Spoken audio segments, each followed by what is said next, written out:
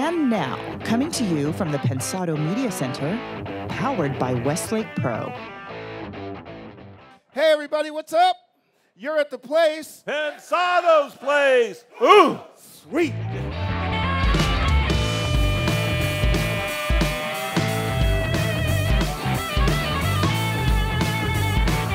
Give a round of applause for Avid, who makes this happen every single time. Round of applause for Avid. Over and over, we're here. This is our winter home. They are one of the first sponsors of Pensado's Place. They've been with us forever, and we are beholden to them. So thanks, Avid team. You guys Thanks, are absolutely Avid. the best. I say we get right to it. What we're going to do is we got some giveaway stuff. We're going to give away some Pro Tools toward the end. You'll be able to ask some questions of our guests. You may have seen Mix Magazine and some other stuff. Dave and I have been blessed with one of our other partners, Westlake Pro Audio. We just opened up our own Pensado Media Center. We have our own television studio, an internet radio station, audio art gallery, a bunch of stuff. If anybody is around LA or down to LA and would like to come to a taping of the show, we've got stuff here. If we sign it and then you sell it on eBay, you can make some money. So, you know, like whatever your hustle is, I gave him the counterfeit ones. I've got the real good shit here. So, glad, thank you for your support. I say we introduce our guest and get right to it. These are like two brothers of ours. One guy is the sound architect of the most nominated Grammy album for this year, To Pimp a Butterfly. You've seen him on tour with Kendrick Lamar. He's like my little brother. Please put your hands and bring out DJ Ali, mixed by Ali. Bring your ass out here, man.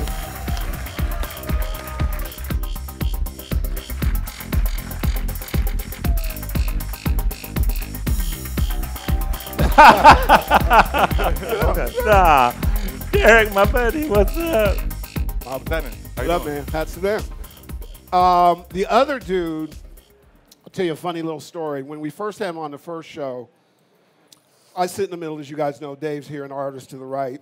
And I kept looking at this cat, and his head was on fire. There was smoke going up around his head, and I was like, and we're broadcasting live. I was like, this cat's on fire, but he's not acting like he's in pain, and we're live, so I better not show it up. So I didn't say anything for a while, and smoke is billowing, and smoke is billowing. I was like, what the?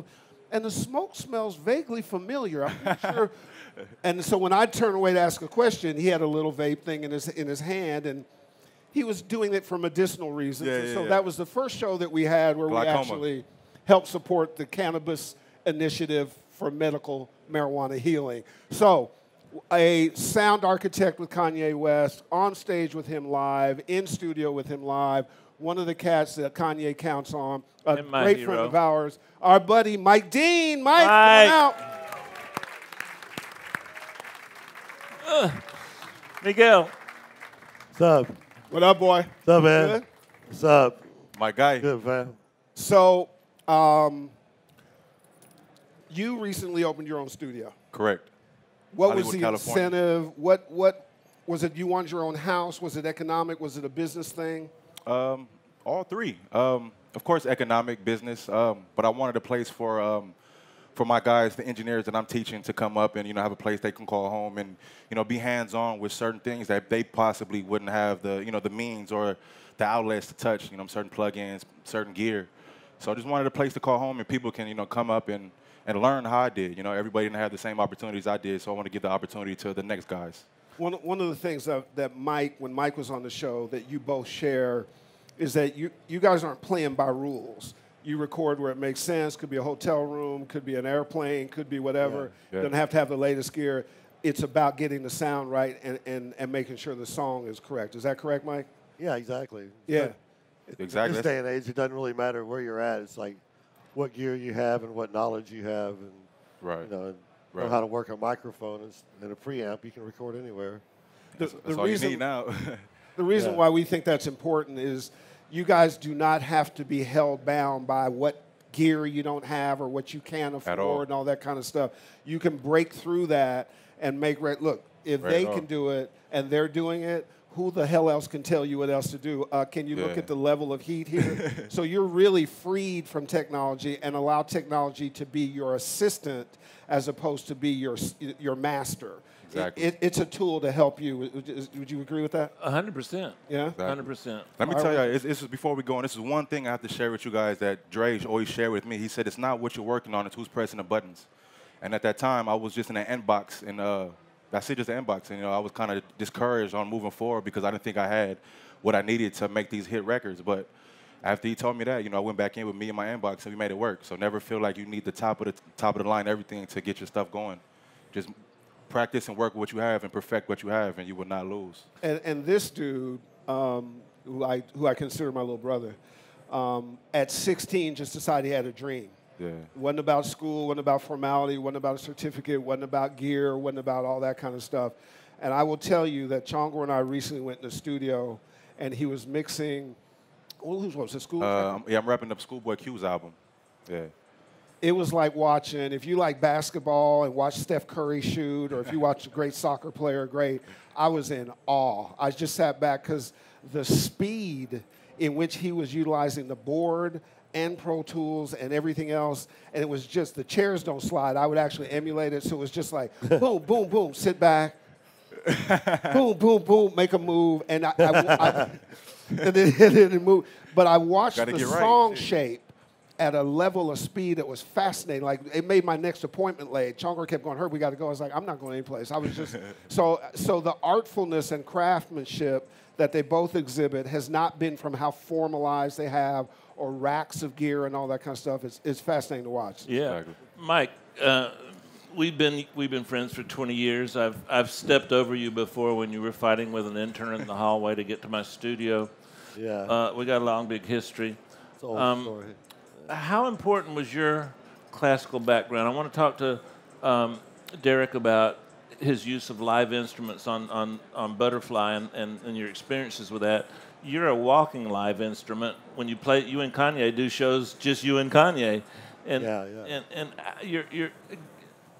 is that a function of your classical training and your experiences growing up? Yeah, I mean, I translate, like, music theory to frequencies, basically, in my head. Like, if a song's in a certain key, I know what frequencies to turn on an EQ to make certain notes come out or whatever, without using a calculator or whatever. It's just kind of. How do you master? Like, you guys, I don't know if you know his credits, but he records tracks, writes, composes, mixes, masters. And by the way, on a Travis Scott record, you've got an assistant credit on all music. Yeah, I swear. Go look up Travis Scott. It says assistant, and it's got commas. So that's just horrible. I think it was that's just horrible. You're taking work away from some of these people. Yeah. What do you not do? And I can't master my own I stuff. can't sing. I need that. Yeah. If I could sing, I'd be like the White Prince. Oh, yeah, you'd be. Well, Derek sings, so that we got that covered on. Well, Herb's a great singer. Oh, well, shit. But how do you master your own stuff? I need that safety net. I need somebody to correct my mistakes, which I do make. He doesn't. No, sometimes I do. Like Kanye's stuff, I usually get someone else to master it. Oh. Because I like a safety net on that. Yeah. But like other stuff, I don't know. I just like to. I already get it sounding the way I want it to sound while I'm mixing, so it's kind of just got to hit the level and get them all leveled out. Both of you guys, are you concerned with how loud your mixes are? Nah, not really. I love that. Not really, honestly. I'm a fan of people using the volume knob. I think Guru said that one time. So yeah, I'm not a fan of big crush, distorted records. I like people to hear my mix. I like my stuff loud as shit. Every time I turn the music up on the radio, it sounds better. That scares me. I'm telling you, Derek. I got to look into it, man. And Mike just told me about a plug-in that he got. That Travis Scott record as loud as everything I've ever heard. I'm not going to mention it. It's the loudest album I've ever. We're gonna talk. We're definitely gonna talk. I remember back in the day, like Chronic 2001 was the reference for how loud to be. Yeah. And it hit -8 on the VU scale, and I thought that was my reference for like 10 years. Then I started doing 7.5, then 7. And I thought that talking was about RMS, right? Yeah. Travis's album goes to like 4.5. Wow. Damn. Like, and it didn't distort. I mean, a couple of places it did, but it's cool. A couple of places it did. Sounded great, good though. distortion, like Dre distortion. Yeah. You know that? Sounds great. Mike, what do you like about this upstart here? What do you like about his work?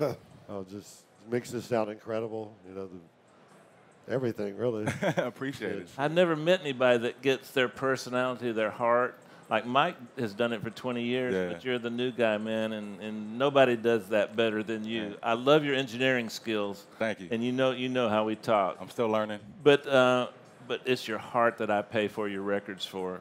Man, it's I think you need heart more than anything. And by the way, I buy your records, both you guys, because I want to support both you guys. Huh? Appreciate it. Appreciate So it. let me. Is it ever in the front of your head that you guys are helping to shape music that really changes the meter? Like, you know, like when you get the nominations or you hear the reviews or the controversy, like, Right. look, we're lucky enough to be professionals and work and stuff and earn a living. But then there's certain people that get a chance to sort of change the meter. Does it ever hit you that you're doing that? Me personally, I just want to make good music. If it does what it does, then I'm just grateful and I'm blessed to be a part of it. Yeah. But if not, I'm just happy with making great sounding records at the end of the day. I don't do it for the accolades. I do it for the great music to give to the people. That's probably what makes it great. Exactly. What do you think, Mike? Yeah, same with me. I just try to make great sounding records, and like that's most important. I definitely try to raise the bar, and try to get into new territory on every album we do. Yeah. Mike, hit different genres. Mike's being shy, which is not like Mike, but I started my career in Atlanta. I'm from Florida, and Mike is one of the early architects, and a lot of people, including myself, give him credit for the Dirty South sound. Yes. Now, in Atlanta, every time somebody gets a new drum machine, they come up with a new name for it, but it's still Dirty South sound, right, Mike? Yeah, Houston shit. Yeah. So not Atlanta. Yeah. So the early Scarface records and all the guys out of Houston where Mike's from, God, what great records, right? Those Scarface records. So here's a question. Oh, I'm sorry. No. I was going to say Derek's doing that legacy right now, Yeah, exactly. The one thing, one of the takeaways I've had from our personal experience with you and watching you professionally is that break rules, keep your own internal bar high. Yeah. It's not about the gear. Is some of it about education, learning your stuff, knowing what you know? Is that important? Oh, definitely. You have to, like when I was coming up, you had to learn off of pop into Dave Pensado's room and watch him mix for 30 minutes. Mm-hmm. Pop into Bob Brown's room. 30 minutes? A couple of hours. Well, yeah. Well, that's what you told people. He showed me the first McDSP plug-in, ages and I was like, fuck. I was like, yeah. And education really never stops, does it? nah.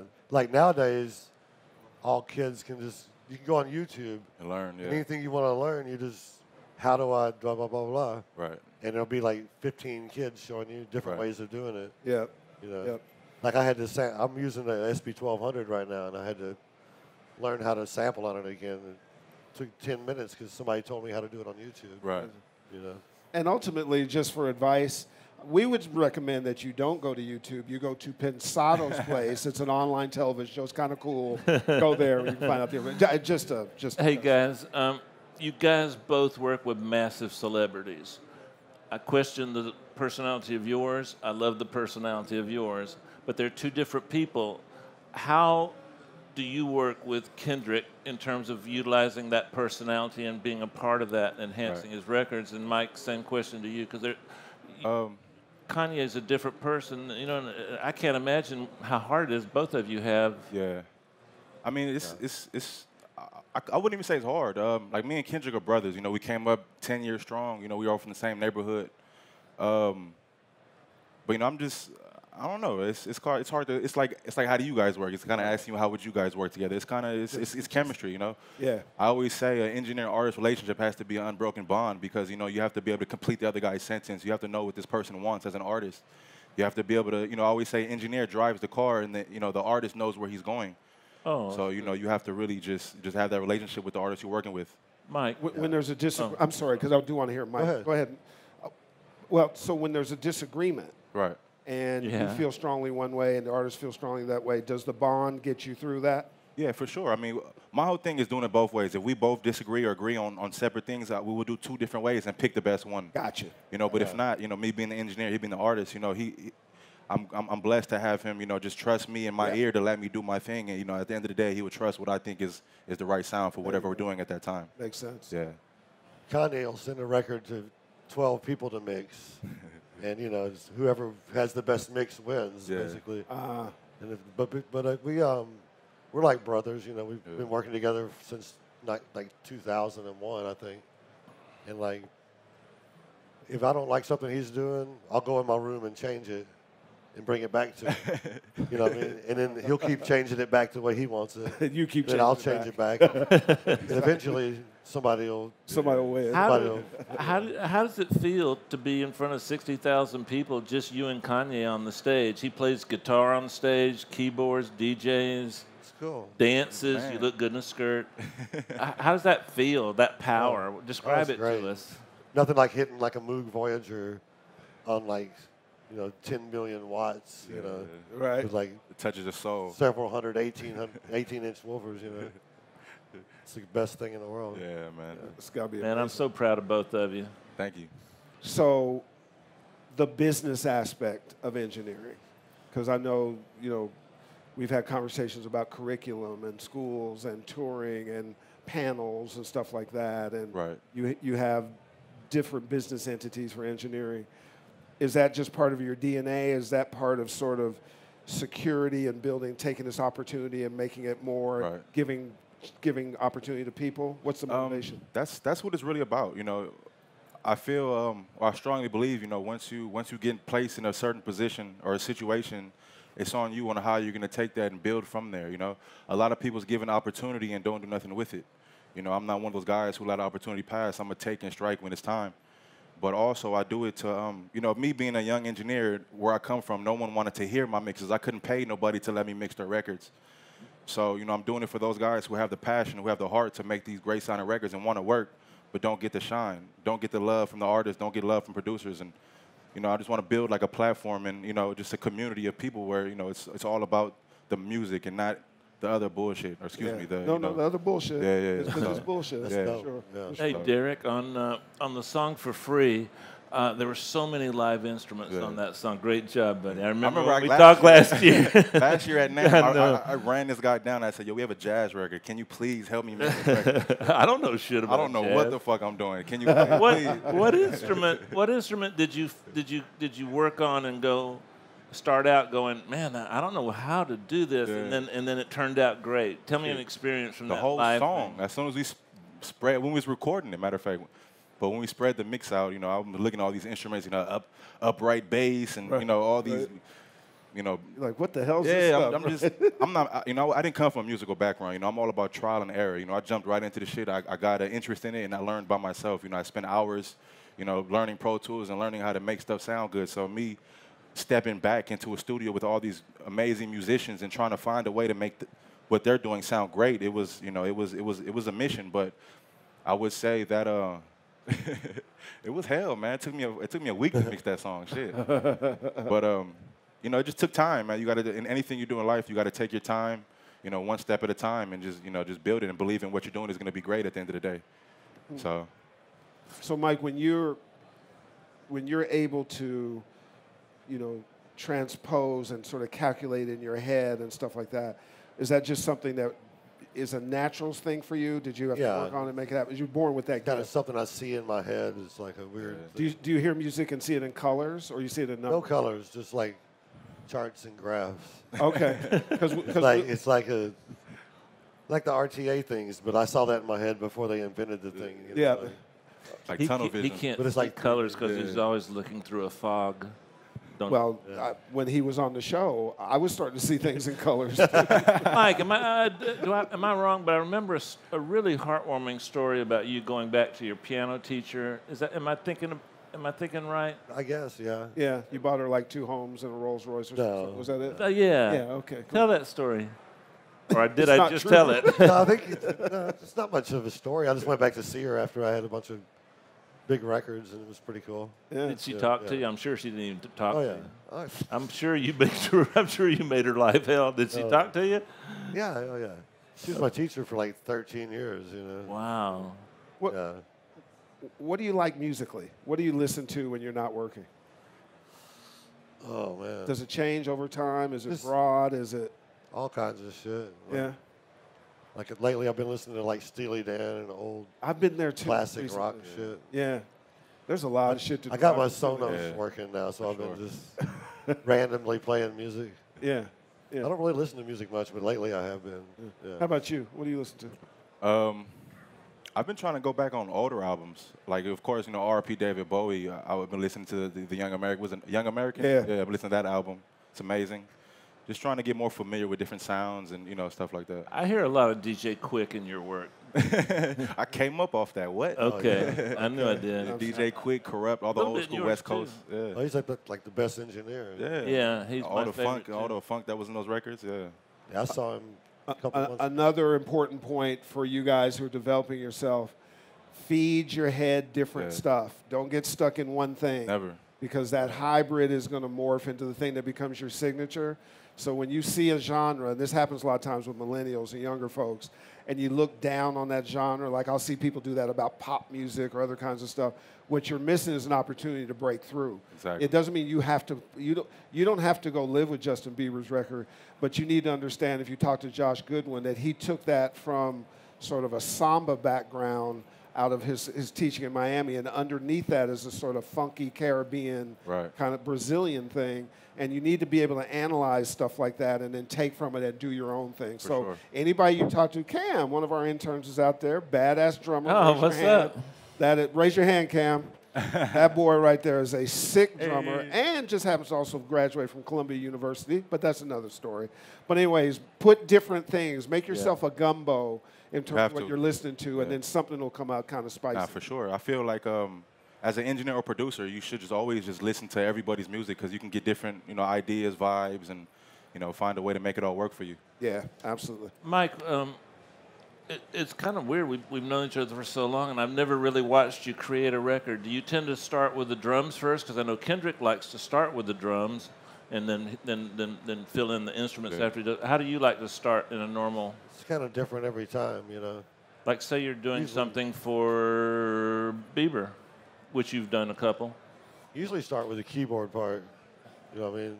There's some chords, or it just depends. Like I'll go through samples, go through sounds until I find something that inspires me to play something. Do you suggest a melody to him, or does he already come with one, or every which way? Yeah, just back and forth. And is it different for a rap song as opposed to a pop song, a vocal or a rap? It's different for every song for me.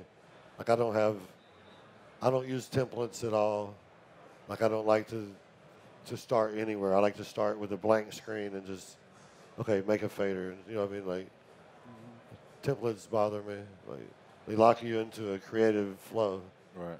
You have to. Like I don't have folders of sounds that I go to all the time. I just kind of, I don't have favorites. I got like 500,000 drum sounds, and I'll just start looking through them. Yeah, one by one.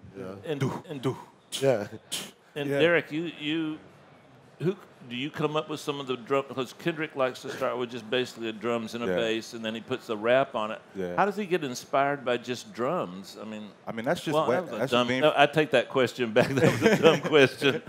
I mean, who doesn't get inspired by drums? I mean, really, that's just our whole background, just West Coast music. All the West Coast music was driven by drums and the beat. So, that's just embedded in us from what we came up off of. Right. Right. That's pretty good. Yeah. Mike, what did I cut you? Go ahead.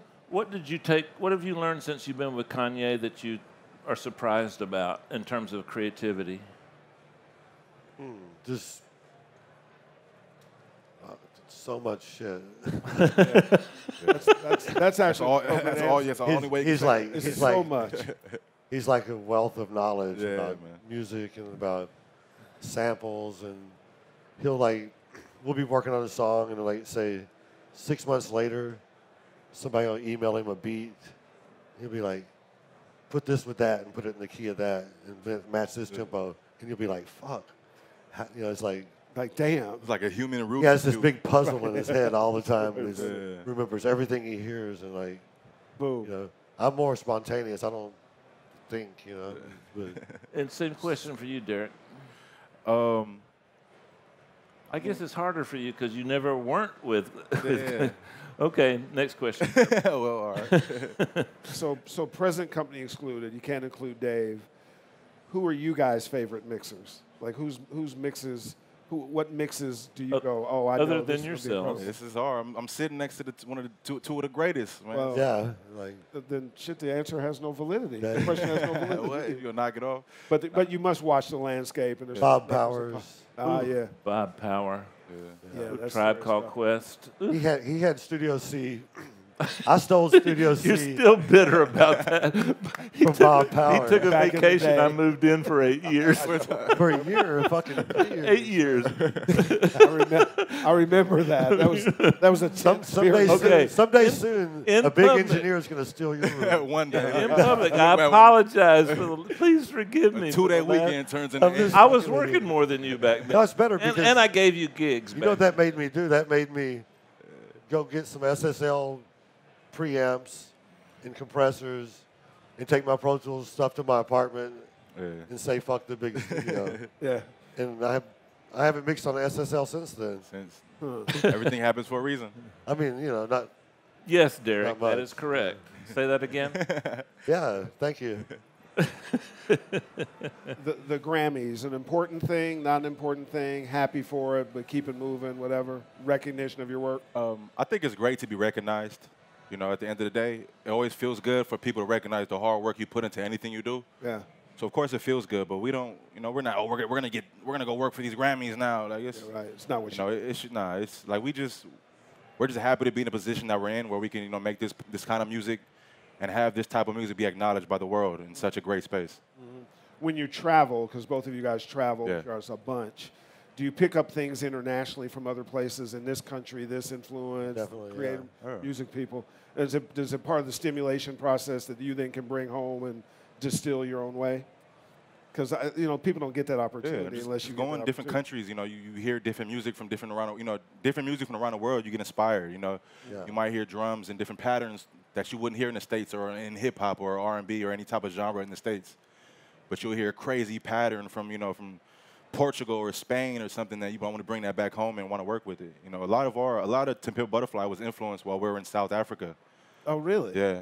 Oh. So so traveling, it just opens your mind to just different sounds. You know, now that you say that, I remember when you played it for me. It was just about to come out, I think. And I was blown away that they even went in that direction. Yeah. But that they sort of found a way to make it relevant and young. And I was going, like, damn. You know what I mean? And now that you say where the influence was, I now can hear back in my head that it was sort of a sound from other places that you Americanized a little, but not a lot. Exactly. Right? Exactly. Yeah, okay, got it. So Now are I you see mixing why. on a console? Yeah, I mix. Split everything out? I do a hybrid. It's like I was talking about this the other day. Just all the years me Sorry. learning how to mix. No, that's good. All the years me teaching myself how to mix, I've always been in the box. But when Kendrick signed to Dre, he analog. He mixes on SSL 4000 all day long. So I just took what I know in the box, and I mixed it with what Dre taught me on the on the SSL, and kind of just created a hybrid of the two, and kind of created my sound from that. That's dope. Watching him play that, phew, John and I Yeah, were for a like, while I went down to like 8 channels where I had like vocals, drums, Yeah. keyboards, and I guitars. want to get into doing that actually. But then Time I gets- was in the saves box time, now. Yeah. Mike, what's your? I'm sorry. well, Harry. go ahead. we switch songs like every 12 minutes. Yeah, for I think sure. you just Like, wiped you don't your have hands time on to- And then recalls is a Did you bitch. just wipe your Yeah. hands on me? No, I'm just teasing. I'm just sorry, we're having two parallel conversations. Herman and I are just entertaining her. Mike, what's your favorite keyboard in terms of working with Kanye? Give me two. What's your favorite live keyboard with him to take along? Because I notice you only usually take one or two. It's just usually a Moog Voyager's been my go-to live stuff. Moog Voyager, a Juno, and a Triton. That's like my. Those are your That go-to. was the studio setup for a long time. Now I've got a lot of. I just bought a System 35, the big Moog. I bought that. I've got like just tons of analog stuff I've been using. And Derek, what's your favorite plug-in that emulates something in the analog world that you use sometimes? The Fairchild's was 670. The UA, Yeah. that plugin I use that for parallel and vocals all the time actually. Which one though? The UA not the 670. Legacy. Is it the Legacy? The UA? UA? Or Okay. I think it's UA. Yeah. the 670 UA Legacy. Yeah. And you parallel I into use it for parallel compression on vocals, on everything I do. If I don't have the actual piece of gear, I'll use the plug-in. Oh, cool. Yeah. So. Do you approve of that, Mike? Yeah. Okay, just check. I don't parallel, but I parallel I've never everything. paralleled Parallel anything in a lot. my life. How come you don't parallel? It's like the greatest thing ever. It's just not my thing. Yeah. Not the way I do things. Drop by my studio, Mike. Have you lessened or so the DJ aspect of what you do when you guys used to be on the road? Right. Are you doing as much of that, less of that? Do you like to still go do it? I love it. What I get from DJing with Kendrick, it's kind of like a surreal moment because I get to witness these records being made from ground up, from drums, snares, everything being built up, to seeing them performed in front of hundreds of thousands of people. So it's like a best of both worlds for me. That's yeah, the best shit it's ever. the best shit ever. Yeah, you get to go out and see people's reactions to what you created, essentially. That's So, how you learn how to make the next record. I was going to ask exactly. that. Like when I'm playing with Kanye live, I'll start adding parts and be like, oh, that's to kind of test it out, that's right? some cool shit. Yeah. And then instead of re-recording the song, we'll just add that to the new yeah. shit. Because you can see what's working and not working. Yeah. Try something the next You night. can literally see the response as See you're what playing. bounces off the wall, what Yeah. it sounds like. Yeah. You know what I mean? Yeah. For sure. The whole thing. That's just a. That was a great moment for me right there. I love that stuff. Well, take a moment and enjoy it. Okay, good. Now back to the thing. We're back. Moving forward, so mixing outside, because sometimes you get identified with something, Kendrick Lamar or Kanye and so on and so forth, but your tastes and stuff and appetites are much broader than that, right? So do you take on different things to keep inspired and stimulated and test other stuff? We do that kind of with Dave.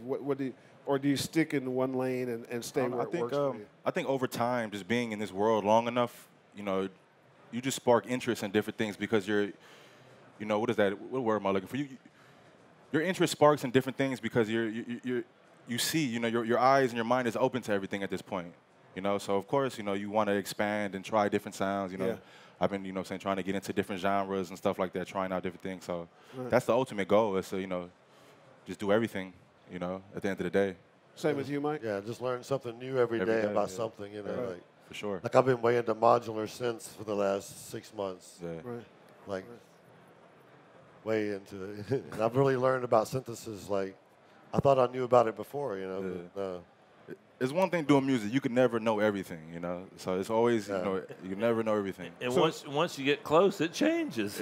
Quick. Quickly. Well, don't you think, because we say this all the time on the show, I think the best guys, and we get a chance to sit with the best guys every week.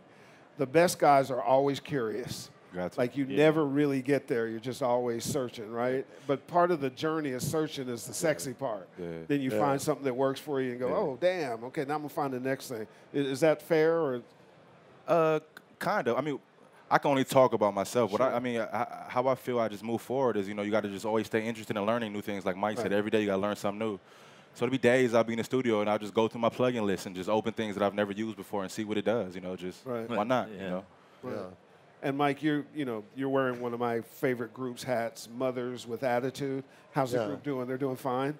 Yeah, I've been putting a lot of stuff on SoundCloud lately. A lot of instrumentals and cool stuff, I think. Cool. So, guys, there are some handheld mics. Does anybody may have questions? Because you don't get this opportunity much. So, okay, so I just want to know where you're at. Want to get to some questions now? Let's hit the guy there. Speak into the mic, really amplify. All right, so my question is Damn, for Mr. Ali. What does Kendrick's vocal chain look like, if you don't mind mentioning a little bit? A whole lot of plugins.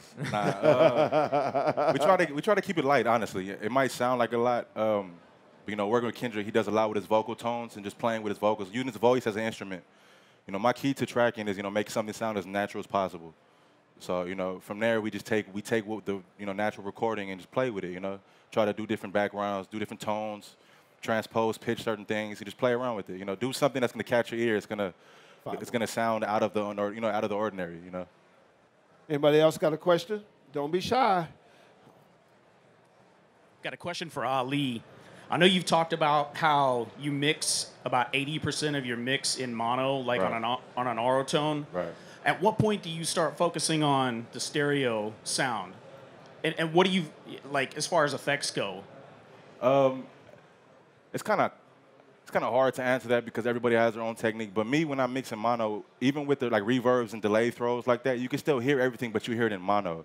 So the reason why I mix in mono is to gauge the level of everything, not the actual mix. I'm gauging the level on everything sits in the mix, including effects. So, you know, when I'm mixing a vocal, and if it's sitting right in the mix or whatever, and I'm adding reverb, I would do it in a sense where I can still hear it, but it's not overpowering any other part of the mix. So I'm mixing the mono, and I'm trying to throw a reverb or a cool delay on it. I still want to hear that delay and reverb, but it shouldn't overpower the mix while you're in mono. Once you put it back in the stereo, that's when everything opens up. You do that too, Mike? I mix on TADs. I usually mix on the big speakers. Sorry. Mike carries the 2 biggest subs you've ever Oh, I seen. can They come in on an elephant train, like when he goes into record plant. Have you seen them? What? Good Lord, they're bigger than death. No. And he I'm the deaf He sets a little R-tone on top, so he uses a little R-tone with a big sub. Who else has a Great question? So, yeah. In the back over here.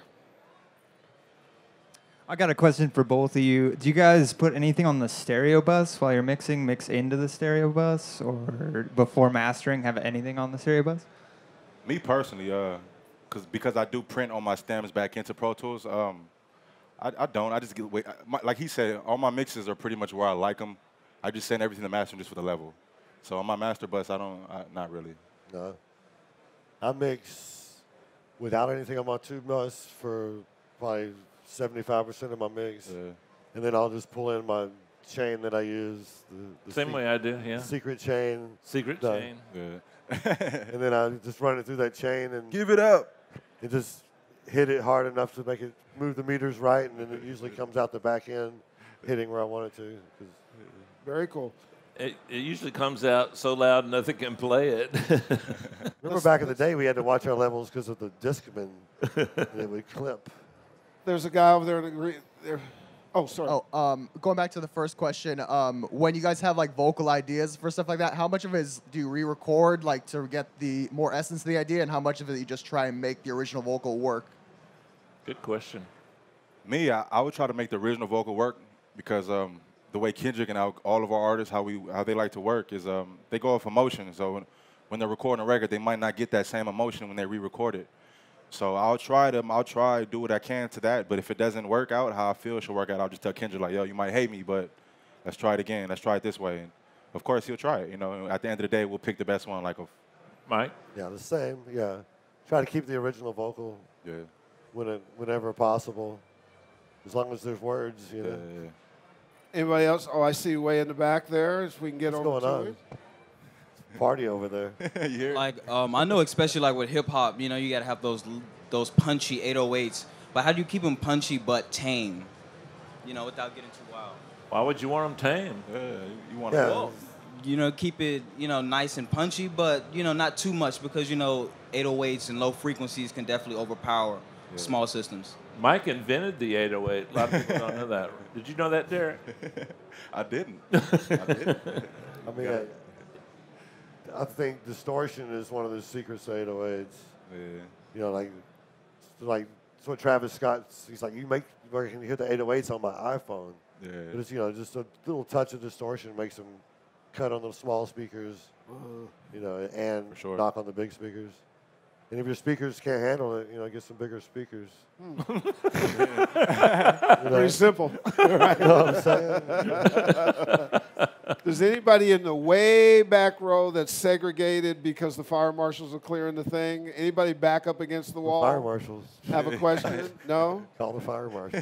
Okay, so let's see. Who else? I think you already got one in, didn't you? Let's get some. Oh, here. Sorry. Go ahead, man. Hey, I have a question for Ali and for Mike. When it comes to working with Kanye and Kendrick, and with the budget that you guys have to work with, you can pick any preamp, any kind of microphone. When it comes to doing new songs, are you auditioning a lot of these different preamps or microphones, or since you've been working with them for so long, you kind of have one or a preamp and a mic in mind that works for their sound? It depends if he's rapping or if he's doing his harmonies or singing. It all depends, you know, on what we're working on. Yeah. You know, when he's rapping, you know, we use the C800. When he's doing like more melodic stuff, we use the U47. Pretty much those two mics. Yeah. Mike? Yeah, about the same. Yeah. Yeah. Yeah. That's the two mics to have. Yeah. Go ahead. I have a question for everyone on the panel, actually. Whoa. There's basically an infinite number of variables you can tweak during a mix. You could go on forever mixing the same song. How do you decide when it's finished? Shit. When you run out of time? That's that's one of the biggest gifts, I think, is just to say a song is done, you know? I got a mix up I've been working on for 3 days. You're When you run out of time. Yeah. I mean, Yeah, nobody ever finishes a mix. At least if Michelangelo didn't have the Pope to tell him to get the damn Sistine Chapel finished, he'd still be working on it. That's the way creativity works. So if you take that metaphor a step, if this is Michelangelo, Pope. Man, that's so true. I love this guy. Pope. I'm like, the invoice is due. Dave, we need to finish by tomorrow at 11. And then but sometimes that literally can be. I need that. I need that. Because it can go on forever. 100%. All right, so the next 4 questioners are going to win Pro Tools. So if anybody need Pro Tools 12 out here? Okay, so now don't come with some bullshit questions. Like, don't say, Ali, what's the color of your jacket or some shit like that. All right, and we'll let you guys select who it is. So in this sector, somebody who has a question can win Pro Tools. You make the call. Pick one. This gentleman right here. All right. I have a question for Mr. Ali. Will you ever, you said that you mix in the box? I do a hybrid of both, analog and digital. Will you ever mix just inside the box? Yeah, for sure. It depends if I don't have no time. I'm not scared of just mixing in the box. I just go, I like the feeling of being hands-on. I like the touch what I'm working on, you know what I'm saying? So when I'm actually mixing analog on a board or outboard gear, I really feel like I'm a mouse and I'm inside Pro Tools. But yeah, I mix in the box all the time. Yeah. So as the winner, whoever gets to be a winner, see Chongor, make sure you get your email so we can get Pro Tools 12 to you. Somebody in this sector, we'll get to the back in a second. Oh, this is the intellectual, calm think tank sector. There'll be no questions. There's just analysis going on here. All right, so we'll go on the back. No, you can't cheat. You got a question. My man right back there, who I moved aside to come up here. See him? Can we get it to him? All righty. Hey, Mike, you're killing us with that chain, bro. Hey, thank you guys very much for the information. We really appreciate it. We all want to know about the chain. I'm seeing Dave's eyes light up. Well, I know. Give us a hint. Can you give us a hint on that chain? Please. How are you pushing? I'll give you a hint. Talk about Mike's stereo bus chain. Oh, the chain. Well, I'll give you a hint. Don't want the jewel. Like, I'm not wearing a chain, really. Mike, I was looking for it. I was like, damn, you got a chain. See if I get it right. Don't overuse the limiter. The limiter is not musical, never will be. So you want to make the limiter happy. Don't make it use too much. Control things before the limiter gets it, maybe through a compressor. And then once you want to get it louder, you're going to have to learn some other techniques. Maybe try 2 limiters. Yeah. That's all I'm going to say. Sometimes traditional emulations of gear don't work. Sometimes you got to go to the digital world to help do some digital things. And that's it. Simple. So make sure you get your email Did I get it, Mike? Chongor. Did I think we have somebody in the segregated rope line back there. Yeah, you. So come up so we can ask you a question. You're representing the crew that the fire marshals has segregated. We're going to go to legislation and talk to Rahm Emanuel about that. That's bullshit. And I'm sorry. I'm just kidding. Just kidding. Yeah, we could keep them occupied by setting a fire on the other side of the building. That's true. They run over there and we can. Anyways, hands up over when you're getting towards the end of a mix, what system do you feel like gives you the most truth when you're listening into what that mix is going to sound like when it's getting broadcast and stuff? Man, if there's ever one, we'll buy it. But I listen to everything. Everything. Oratones, NS10s, laptop speakers, car speakers. Yeah, one of my favorite new references is my little 12-inch MacBook. Yeah. It's like so loud. It's like you can. The Fig it's one? like the little bitty one. Yeah, it's like my new Aratone kind of. Trying to figure out how to stream music into that from my board or whatever, so I can just listen live through the laptop. Smaller is better when you're trying to do that a lot of times. So way in the back over there, the guy that's jumping up and down because he either has a question or he has to pee or he likes the Seattle Seahawks.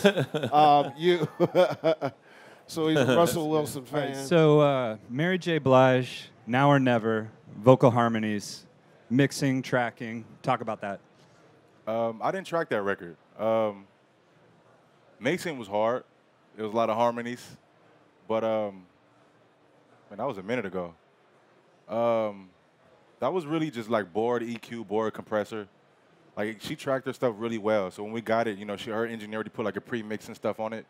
So what I did was just shape it and get it sitting right inside the you know, the 2-track beat or the tracked out beat. So it wasn't too much that I did on that, honestly. Yeah. All right, two more questions, and then we'll wrap it up. So let's go. One there.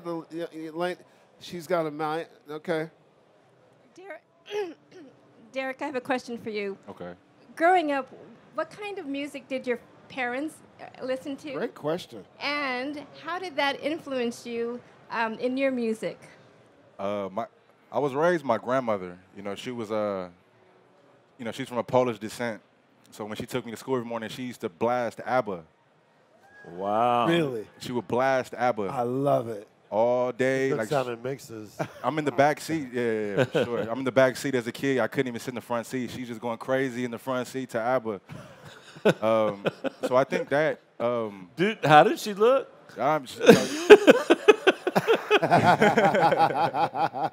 Wow. No hands on the wheel. Wow.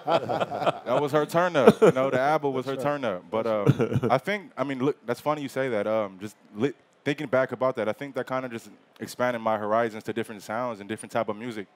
You know, me being where I came from, I would have never put in an ABBA CD, you know, but, you know, my granny looked out for me.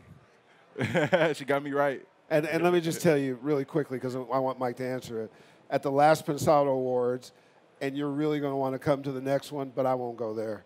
Who does he bring? Ali brought his grandmother, and they were rolling arm in arm, giving him a round of applause. It was a proud moment for my boy. That's the queen right there. He was honored. Absolutely, Yeah. absolutely. What did you listen to? What was your environment? What kind of music were you listening to as you were coming up as a kid? Mike, don't be bashful. It's the Carpenters, but he might not say that. Actually, yeah. My sister had those records, yeah. I listened to like everything, like classic rock, like Queen, like Heart, like, I don't know, everything really. Yeah. Leonard Skinner. Weren't you a Leonard Skinner? I did a little work. I love with him. Leonard Skinner. Yeah. Yeah, you played with the band, right? A little, well, a couple. I thought he, for the longest, I thought he played with the Osmonds. Like, I thought he was Leonard but it was Skinner. somebody else. What was it? I had a crush on Marie. She was cute. Oh, man. She was He's cute. playing You see guitar her in for those him. Weight Watcher That's commercials. before my She's time. Still cute. Yeah. As we I guess, digress. yeah. No. The opportunity, first of all, we want to thank two incredibly gifted talents who happen to really grace our show and be brothers of ours, and hopefully you spent good time with them. Give a round of applause to Mike Dean and mixed by Ali. One of the reasons that we like doing this is that it gives Dave and I a chance to thank you for your support. It also gives us a chance to shout out our team. So spread out through here with Cam and Chongor and Leandro. That really beautiful black woman there with the glasses on is Will Thompson's right hand, who does our social media, who, by the way, as a sidebar, her father probably is one of the greatest R&B voices in the history of R&B, Agreed. which is the lead singer of The Whisper, Scotty Scott. But she is oh, yeah, give Scotty Scott a round of applause. And then tell your dad that I hooked him up at NAMM, shit like that. If you get a chance, come up, take a picture, take a snap. This is an opportunity. We'll be here tomorrow with Mike Elizondo. We thank you so much. Round of applause for Avid, and we love you. Oh, yeah. Before we get on, I got to say one thing. One thing. Hold up. For all the aspiring engineers, you know, you come into something like this as a start in your career. Don't ever feel discouraged. You know, I would always want every one of my peers to feel like they got a chance, the opportunity to be the best. So just keep going. And we have to thank these two here for pushing the limits on this whole community. So let's make some noise for Dave and Herb. Love you, boy. My God. Love you, boy.